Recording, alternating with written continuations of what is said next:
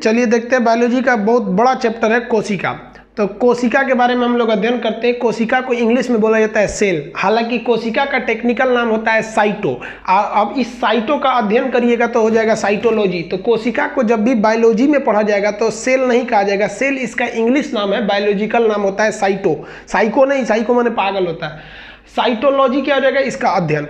देखिए कोशिका जो होता है ना, बहुत लड़कों को लगता है एक शरीर का सबसे छोटा अंग है, ये सबसे बड़ा गलत बात है। ये सबसे छोटी इकाई है, यूनिट ऑफ सेल है, न कि part of unit of body है। ये पार्ट सबसे छोटा पार्ट नहीं है। ये हम लोग आप खुद ही समझ जाएंगे कि सबसे छोटा अंग और सबसे छोटी इकाई में अंतर क्या होता है। कोशिका की जो खोज किया था, यानी जो जनक थे वो रॉबर्ट हुक थे। इन्होंने मरी हुई कोशिका को खोजा था और वो छोटी सी जूम करके उसको माइक्रोस्कोप से देखने के बाद पता चला था। सबसे पहले जो जीवित कोशिका का खोज किया गया था वो एंटोनी वॉन लीवेनहॉक द्वारा। तो कहेगा कोशिका विज्ञान के जनक कौन है, तो रॉबर्ट हुक है। याद रखिएगा, खोजे वही थे, भाई मरा खोजे या जिंदा खोजे वो अलग मैटर होता है। अब स्लाइडेन एवं श्वास नाम के दो वैज्ञानिक हैं। इन्होंने कहा कि पूरा शरीर कोशिकाओं से मिलकर बना है, पूरे शरीर में जहां जहां है वो कोशिकाएं हैं।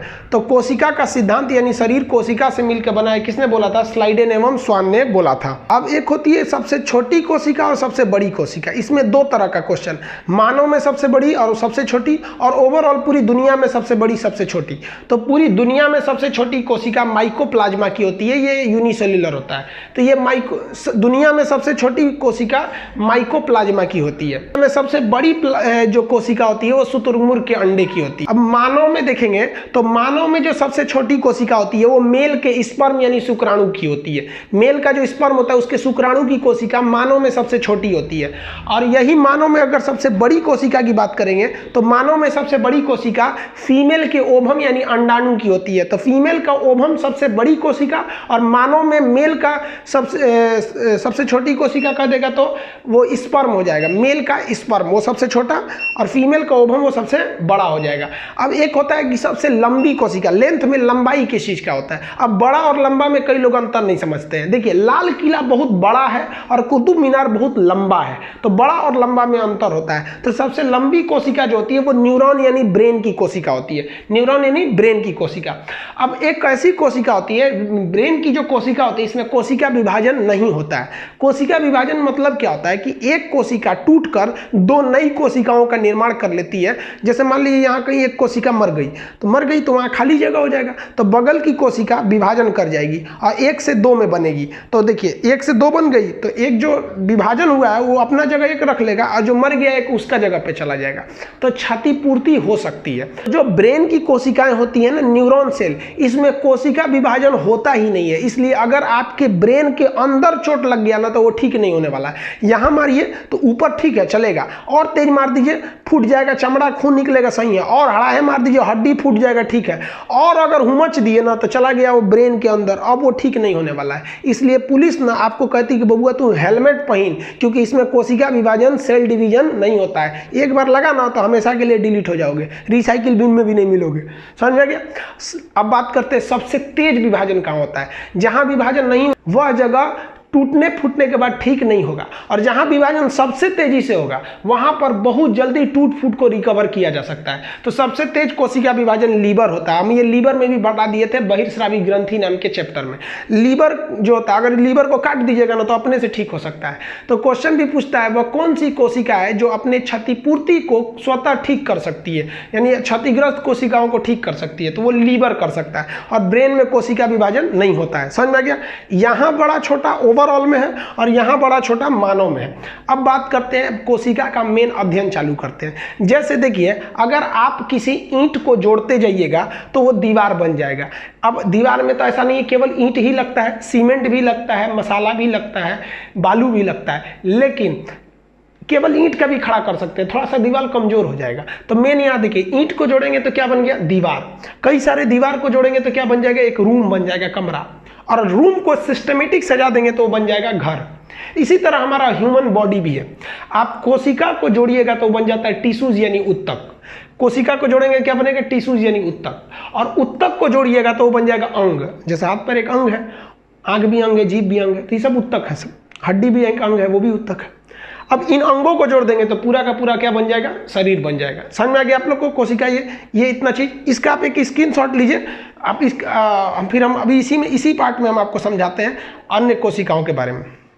देखिए हम कोशिका के पार्ट्स को हम लोग देखना चालू करते हैं। कोशिका के अंग यानी कोशिकांग किसे कहते हैं, तो सबसे पहले आती है कोशिका झिल्ली, इसको इंग्लिश में हम कहते हैं मेम्ब्रेन। इसका दूसरा नाम होता है प्लाज्मा झिल्ली। ये एक झिल्ली के समान होती है और इसी के अंदर सभी कोशिका के अंग होते हैं, चाहे वो माइटोकॉन्ड्रिया हो, न्यूक्लियस हो, गोल्गी बॉडी हो, कोई भी अंग हो, सभी के सभी इसी के अंदर रहते हैं। इसकी विशेषता समझिए, ये पादप यानी प्लांट सेल में भी पाए जाते हैं और जंतु यानी एनिमल सेल में भी पाए जाते हैं। हम हो गए बकरी, जानवर, घोड़ा, गधा, ये जितने जानवर हैं जो चल फिर सकते हैं इन्हें हम लोग कहते हैं जानवर, और जो एक जगह खड़े होकर खाली हिल डुल करते हैं उन्हें कहते हैं पादप। जैसे पेड़ पौधे वो एकदम हिल डुल करेंगे, वो क्या हो गया, पादप हो गए। समझ में गया। बकरी क्या हो गई, जंतु हो गई। हम लोग क्या हो गए, जंतु हो गए। तो ये जंतु में भी पाया जाता है और किस में पाया जाता है, पादप में भी पाया जाता है। ये किस चीज का बना होगा, तो प्रोटीन का बना होता है। ये झिल्ली है, कोई भी चीज इसी में रखा रहता है। जैसे आप देखते हो सामान खरीदने जाइएगा तो आलू, थोड़ा सा प्याज, नमक, मिर्चा जो भी ले जाते हैं एक तो झिल्ली में दे देता है। उसी तरह ये कोशिका का झिल्ली है, उसके अंदर बहुत सारी चीजें रहते हैं। ये कोशिका के सभी अंग इसी झिल्ली में रहते हैं। समझ में आ गया आप लोग को। अब आप कभी गौर किए होंगे, अगर आप जाइएगा तो कहिएगा 10 रुपए का आलू दे दीजिए, तो एक तो झिल्ली में दे देगा। 5 रुपए का प्याज, 2 रुपए का मिर्चा, धनिया पत्ती, कुछ ले लीजिएगा इसी में, तो एक तो झिल्ली में दे देगा। और अगर उसी में ज्यादा चीज ले लीजिएगा ना तो डबल झिल्ली लगा देगा। देखें इस चीज को। तो जो कोशिकाएं थोड़ी बड़ी होती है ना उनमें डबल झिल्ली होता है।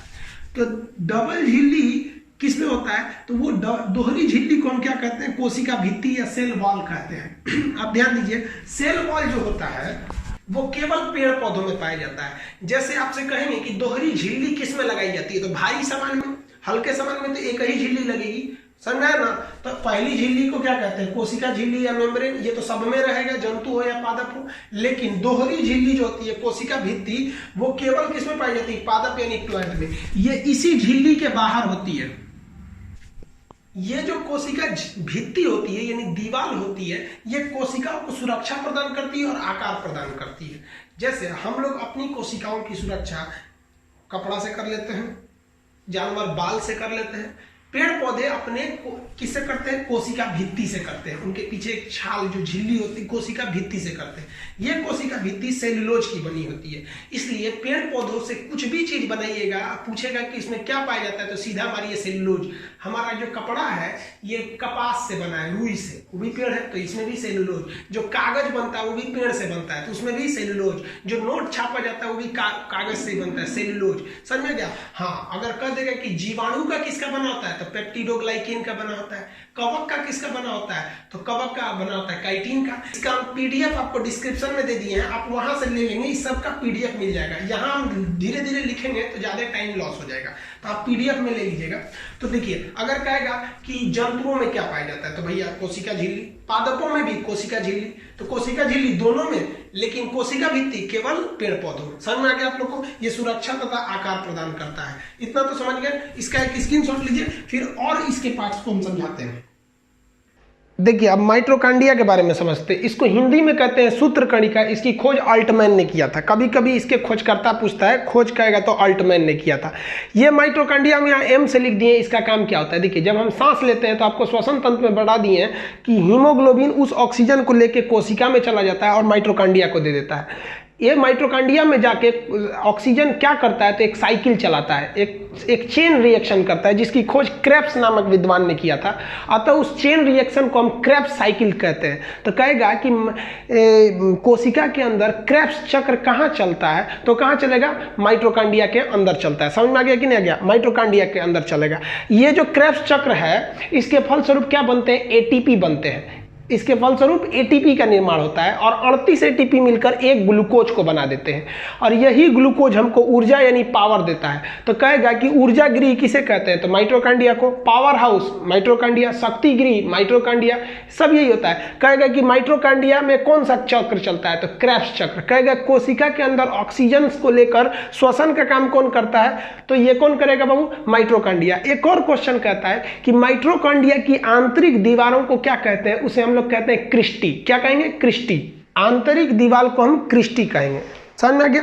तो अब बताइए, हमारे शरीर में चारों ओर कोशिका है, जीभ में भी कोशिका है, उंगली में भी है, हाथ में, पैर में, हर जगह कोशिका है और हर जगह माइटोकॉन्ड्रिया है, क्योंकि कोशिका जहां रहेगा उस कोशिका के अंदर माइटोकॉन्ड्रिया रहेगी। अब आपको तो समझ में आ गया होगा कि भैया कोशिका सबसे छोटा नहीं होता है, क्योंकि इसके अंदर तो खुद ही ये सब चीज़ है सब।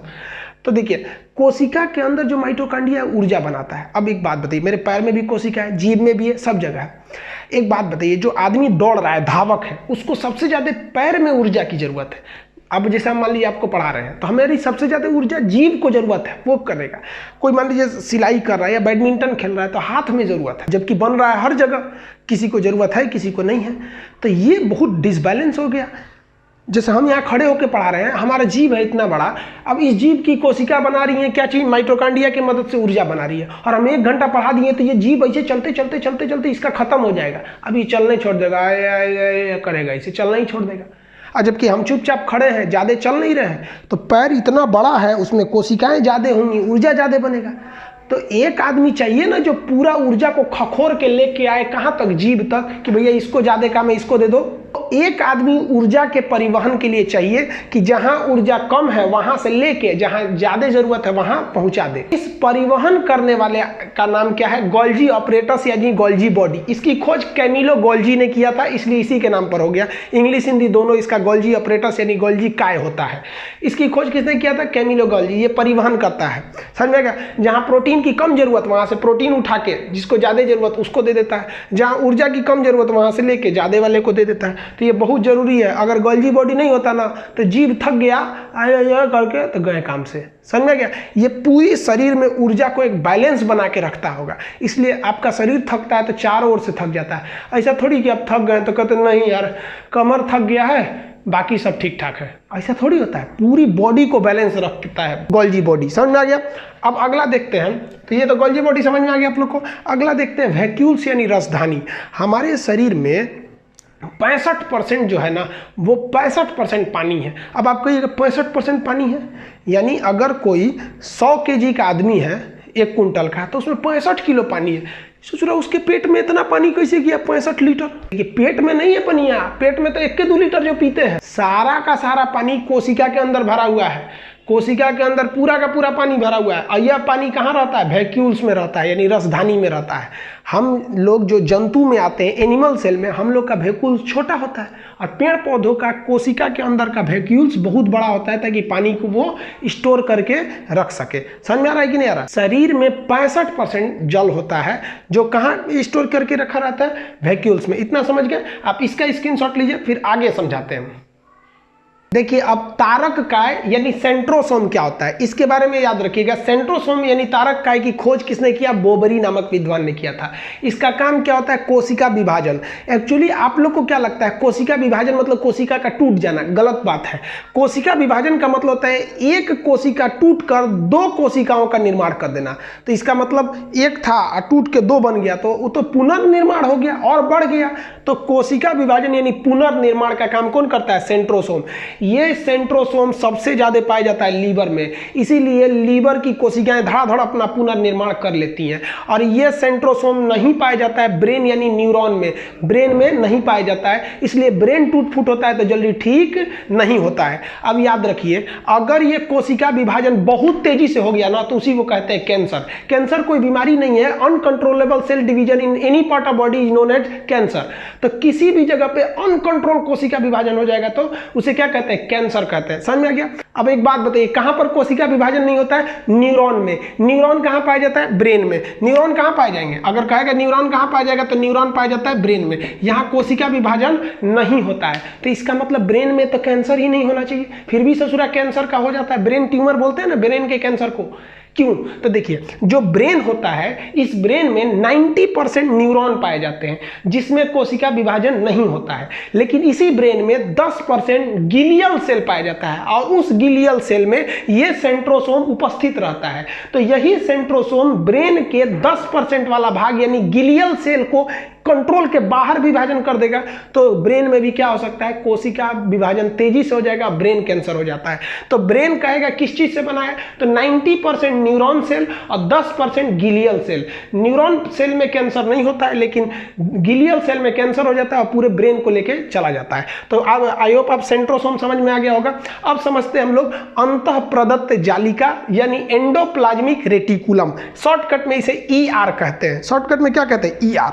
अंतः प्रदत्त जालिका कोशिका के अंदर एक कंकाल का काम करता है। जिस तरह आपके घर में पिलर होते हैं, बीम दिए गए रहते हैं, उसी तरह कोशिका के अंदर पिलर दिए गए हैं ताकि कोशिका पचके नहीं, पचक जाएगा तो दिक्कत हो जाएगा। तो यह आंतरिक कंकाल का काम करता है और आंतरिक सहायता देने का काम करता है। कौन, एंडोप्लाज्मिक रेटिकुलम, ER जिसे कहते हैं अंतः प्रदत्त जालिका। अंतः प्रदत्त जालिका जो होती है ये 2 प्रकार की होती है। ध्यान से समझिएगा कितने प्रकार की होती है, 2 प्रकार की। इसी का 2 पार्ट होता है, प्रकार नहीं होता है। एक हिस्सा खुरदुरा होता है और एक हिस्सा एकदम प्लेन होता है। तो जो प्लेन होता है उसे कहते हैं स्मूथ ER। ER मतलब एंडोप्लाज्मिक रेटिकुलम। तो ये पूरा एंडोप्लाज्मिक रेटिकुलम है। जहां प्लेन है, एकदम चिकना है, तो उसे क्या कहते हैं, स्मूथ। अब ये स्मूथ वाला क्या बनाता है, तो वसा बनाता है। वसा मतलब चर्बी, एकदम तेल, चर्बी। तो चर्बी एकदम स्मूथ रहता है कि नहीं, चिकना रहता है। तो स्मूथ वाला क्या बनाएगा, वसा बनाता है। समझ में आ गया। स्मूथ एंडोप्लाज्मिक, यहाँ लिख दिए हैं smooth endoplasmic reticulum, smooth ER क्या बनाता है, वसा। अब देखिए जनरली कहा जाता है कि जो रफ एंडोप्लाज्मिक रेटिकुलम है, यह रफ एंडोप्लाज्मिक रेटिकुलम प्रोटीन बनाता है। रफ एंडोप्लाज्मिक रेटिकुलम प्रोटीन का निर्माण करता है। यह बात सही है, लेकिन आधा सही है। देखिए रफ वाला खुरदुरा हुआ क्यों, रफ हुआ क्यों, क्योंकि इसके ऊपर छोटे छोटे धब्बे पाए गए थे जिन्हें हम कहते हैं राइबोसोम। क्या कहते हैं, राइबोसोम। और यही राइबोसोम प्रोटीन बनाते हैं। चूंकि यह राइबोसोम इस रफ वाले की ओर है, इसलिए हम ये कहते हैं कि प्रोटीन का निर्माण रफ साइड से होता है। लेकिन रफ वाला करता नहीं है, रफ साइड से प्रोटीन का निर्माण होता है, लेकिन रफ साइड में प्रोटीन का निर्माण राइबोसोम करता है। समझ आ गया आप लोग को राइबोसोम का काम क्या होता है। अब हम राइबोसोम के बारे में समझते हैं कि 70S 80S क्या होता है। इसका एक स्क्रीनशॉट लीजिए, हालांकि आपको डिस्क्रिप्शन में इसका PDF भी है, आप वहाँ PDF ले लीजिएगा। देखिए अब राइबोसोम के बारे में समझते हैं। राइबोसोम का नामकरण वगैरह के बारे में रॉबिन्सन का भी नाम आता है, हालांकि इसके खोजकर्ता पैलाडे थे। राइबोसोम का काम क्या होता है, यह राइबोसोम आप बता देंगे आपको एंडोप्लाज्मिक रेटिकुलम के रफ वाले पार्ट पे पाया जाता है और यह प्रोटीन का निर्माण करता है। राइबोसोम यह राइबोसोम एंडोप्लाज्मिक रेटिकुलम पे ही पाया जाता है और रफ साइड में, और प्रोटीन का निर्माण करता है, जिस कारण इसको हम प्रोटीन की फैक्ट्री कहते हैं। समझ में आ गया, प्रोटीन की फैक्ट्री कहते हैं। आप माइटोकॉन्ड्रिया समझ गए, गोल्गी बॉडी समझा दिए आपको, वैक्यूल समझा दिए, सेंट्रोसोम समझा दिए, ER समझा दिए, राइबोसोम। देखिए राइबोसोम को 2 भाग में बांटते हैं according to sedimentation coefficient. Sedimentation coefficient का मतलब एक तरह से कहिए कि आकार को बताता है, कौन बड़ा है कौन छोटा है। और सेडिमेंटेशन कोफिशिएंट के आधार पर हम आकार का निर्धारण देखकर साइज के हिसाब से नहीं करते, बल्कि एक लिक्विड यानी एक फ्लूइड में 2 चीजों को डाल देते हैं। जो पहले नीचे गिर गया हम ये मान लेते हैं कि वो बड़ा है सेडिमेंटेशन कोफिशिएंट के आधार पर। आई होप आप समझे होंगे कि सेडिमेंटेशन कोफिशिएंट किसका ज्यादा है। अगर साइज में बड़ा है तो वो सेडिमेंटेशन कोफिशिएंट के हिसाब से नहीं बड़ा है, जल में डालने पर या द्रव में डालने पर कौन जल्दी नीचे गया, सेडिमेंटेशन कोफिशिएंट के हिसाब से वो बड़ा है। तो सेडिमेंटेशन कोफिशिएंट के हिसाब से राइबोसोम 2 प्रकार का होता है। एक होता है 70S, S यहां सेडिमेंटेशन कोफिशिएंट को दर्शाता है, और एक होता है 80S। अब आप बताइए बड़ा कौन होगा, 80S वाला। 70S वाला छोटा होता है, 80S वाला बड़ा होता है। ये छोटा वाला प्रोकैरियोटिक में पाया जाता है और बड़ा वाला यूकैरियोटिक में पाया जाता है। एक्चुअली कोशिका चैप्टर बहुत बड़ा है और एक ही पार्ट में हम हर टाइप को नहीं पढ़ पाएंगे। हम इसके सेकेंड पार्ट में आपको अंतर समझा देंगे प्रोकैरियोटिक और यूकैरियोटिक। समझ में आ गया। आप बस इतना समझिए, जिन्हें आप बिना माइक्रोस्कोप से देख सकते हैं वो यूकैरियोटिक होते हैं। एक जनरल सा यही धारणा समझ जाइए, और जिनको देखने के लिए आपको माइक्रोस्कोप लगाना पड़ गया वो प्रोकैरियोटिक में चले आते हैं। आप ये जनरली समझिए इस पार्ट में। सेकेंड पार्ट में हम आपको एकदम डिटेल से समझाएंगे कि प्रोकैरियोटिक क्या है और यूकैरियोटिक क्या है। तो बताइए प्रोटीन फैक्ट्री किसे कहेंगे, राइबोसोम। कितने प्रकार का, 2, 70S छोटा, 80S बड़ा। खोजकर्ता पैलाडेनेट किए थे। समझ में आया? अब अगला समझते हैं हम केंद्रक यानी न्यूक्लियस। केंद्रक या न्यूक्लियस क्या होता है? यह कोशिका का एक बहुत बड़ा अंग होता है और पूरे कोशिका को कंट्रोल करके यही रखता है। सबको कहता है रे सही से काम कर, माइटोकॉन्ड्रिया ऊर्जा बनाओ, गोल्गी बॉडी चल इधर उधर सामान ढो, वैक्यूल्स पानी रखो, सेंट्रोसोम विभाजन करो, राइबोसोम प्रोटीन बनाओ, सबको समझाता है सब ठीक ठाक से। कौन? न्यूक्लियस। न्यूक्लियस जो होता है इसकी खोज सबसे पहले रॉबर्ट ब्राउन ने किया था। न्यूक्लियस की खोज किसने किया? रॉबर्ट ब्राउन ने किया। इसे हम लोग कोशिका का ब्रेन कहते हैं, ब्रेन ऑफ सेल, और इसे कंट्रोलर भी कहते हैं। इसके अंदर क्रोमोसोम पाया जाता है, क्रोमोसोम के अंदर डीएनए आरएनए और जीन वगैरह पाए जाते हैं। इसका चैप्टर अलग होता है, डीएनए और आरएनए का, वो चैप्टर अलग आएगा, उसमें हम समझाएंगे। समझ में गया? अब कहेगा केंद्रक के अंदर क्या क्या पाए जाते हैं, तो देखिए प्रोटीन 80% पाया जाता है और डीएनए 10% और बाकी 10% में अन्य तत्व रहते हैं। तो प्रोटीन कितना परसेंट रहेगा? 80% और डीएनए 10%। कोशिका का brain nucleus, protein factory ribosome, परिवहन गोल्गी बॉडी और ऊर्जा गृह माइटोकॉन्ड्रिया। ये समझ रहे हैं आप लोग? इसको एक प्रिक लीजिए, इसका एक स्क्रीनशॉट लीजिए, फिर अभी समझाते हैं आगे इसके आगे आपको। देखिए अब लाइसोसोम के बारे में समझते हैं। ये बहुत इंपॉर्टेंट टॉपिक है। इसकी खोज डी डुबे ने किया था। लाइसोसोम की खोज डी डुबे ने किया। इसके अंदर एक बहुत ही शक्तिशाली पावरफुल हाइड्रोलाइटिक एंजाइम यानी जल अपघटक एंजाइम पाया जाता है, जो किसी भी कोशिका के अंग पर पड़ गया ना तो उसको जला के खत्म कर देगा, यानी पचा के रख देगा उसको। अब जैसे मान लिया ये लाइसोसोम है। लाइसोसोम का काम क्या है? इसके अंदर जल अपघटक एंजाइम पाए जाते हैं। ये क्या करता है? कोशिका के अंदर सफाई का भी काम करता है। कैसे? कि मान लिया कि माइटोकॉन्ड्रिया काम नहीं कर रहा, अच्छा से काम नहीं करेगा ना, तो बुलाएगा माइटोकॉन्ड्रिया को, रे इधर आ रे, तेरा काम क्या है? ऊर्जा बनाना ना, काहे नहीं बना रहा है? कहेगा कि मन नहीं है। तो लाइसोसोम ना माइटोकॉन्ड्रिया को पकड़ेगा, कहेगा मन नहीं है, और उसके अंदर क्या छोड़ देगा? जल अपघटक एंजाइम, और वह माइटोकॉन्ड्रिया मर के खत्म हो जाएगा, खत्म कर देगा उसको। एंजाइम छोड़ेगा, वो खत्म हो जाएंगे जल के वहाँ पे, मतलब पिघल जाएंगे एकदम खत्म। इसलिए इसको कोशिका के अंदर का एकदम पाचक तंत्र कहते हैं। अगर आप काम नहीं कीजिएगा तो गला के रख देगा। फिर गोल्गी बॉडी को कहेगा तुम रे ठीक ठाक है ना, न्यूक्लियस को कहेगा न्यूक्लियस चाचा देखते रहिएगा सब ठीक ठाक से काम करे सब, और नहीं करते हैं ऐसे काम तो बोलिए मेरे पास, अब ये गला के ख़त्म कर देते हैं इनको। बहुत खतरनाक होता है लाइसोसोम, इसी के डर से सब काम अच्छा से करते रहते हैं सब। समझ में आया? कभी कभी कोशिका के सभी अंग ना काम करना बंद कर देते हैं, कहते हैं कि नहीं करेंगे हम काम। क्या कर लोगे लाइसोसोम? इधर से वैक्यूल्स बोलता है हम भी नहीं करेंगे, वो कहता है हम भी नहीं करेंगे, हम भी नहीं करेंगे, इंकलाब जिंदाबाद। लाइसोसोम कहता है ससुरा इंकलाब जिंदाबाद। लाइसोसोम खुद को फाड़ देता है, और जब लाइसोसोम खुद को फाड़ता है तो पूरा जल अपघटक एंजाइम इसके अंदर से निकलकर पूरी कोशिका के अंगों पे लग जाते हैं और पूरी कोशिका मर जाती है। पूरी कोशिका नहीं मरेगी, जिस कोशिका के अंदर का लाइसोसोम फटेगा वो कोशिका मर जाएगी, बाकी शरीर में तो रहेंगे ही। इसी कारण लाइसोसोम को सुसाइड बैग या आत्महत्या की थैली कहते हैं। इसे कोशिका का एटम बम भी कहा जाता है, यानी कोशिका मरेगी, उस कोशिका को कौन मार देता है? लाइसोसोम।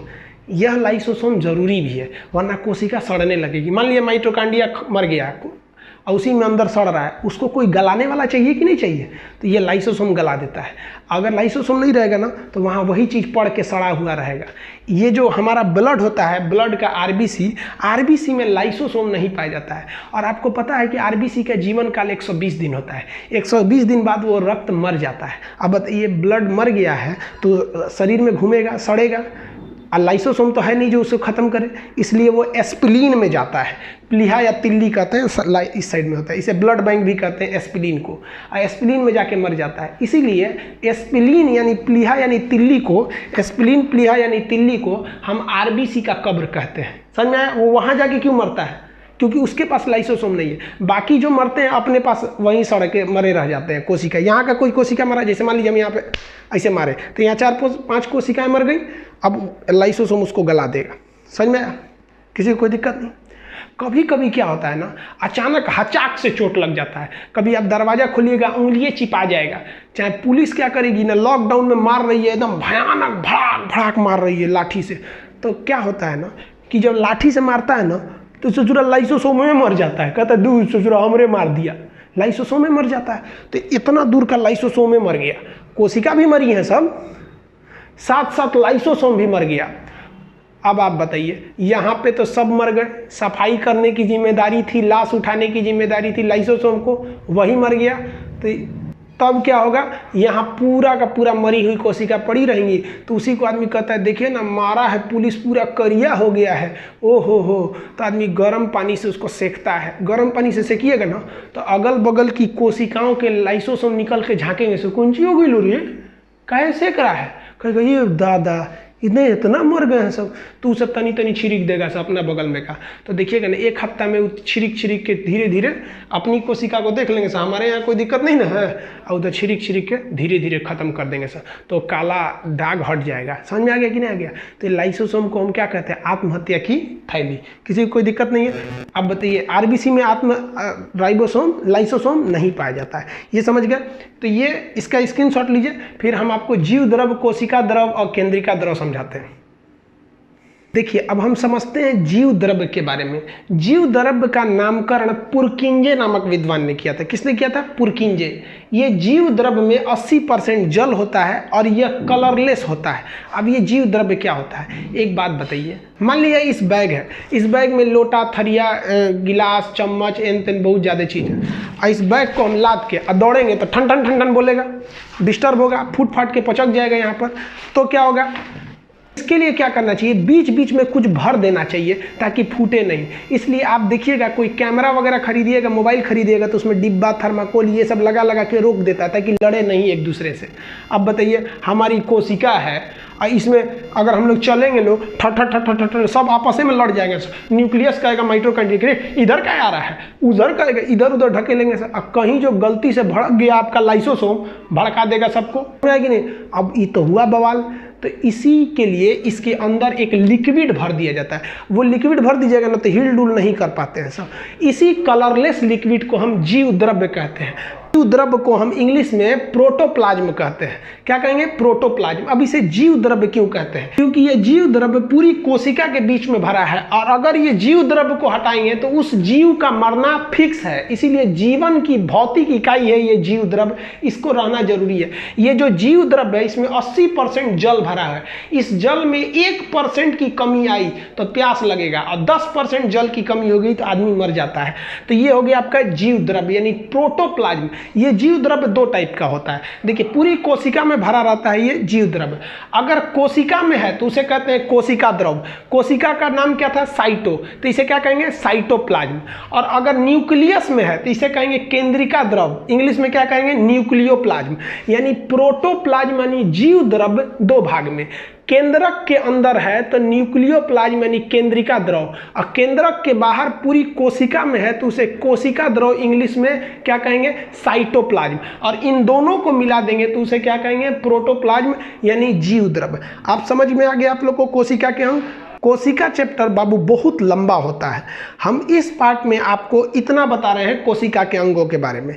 इसका डिस्क्रिप्शन में इसके जितने पीडीएफ हैं वो आपको अवेलेबल हैं। आप इसका स्क्रीनशॉट नहीं ले पाए हैं तो डिस्क्रिप्शन में जाकर पीडीएफ डाउनलोड कर लीजिए। नेक्स्ट पार्ट में हम आपको जंतु कोशिका, पादप कोशिका, यूकैरियोटिक, प्रोकैरियोटिक इत्यादि में अंतर बताएंगे। क्रोमोसोम वगैरह में हम समझाएंगे आपको प्लास्टिड क्या होता है, क्रोमोप्लास्ट, लीकोप्लास्ट ये सब क्या होता है। इस वीडियो में इतना ही, आगे मिलेंगे नेक्स्ट पार्ट में कोशिका के।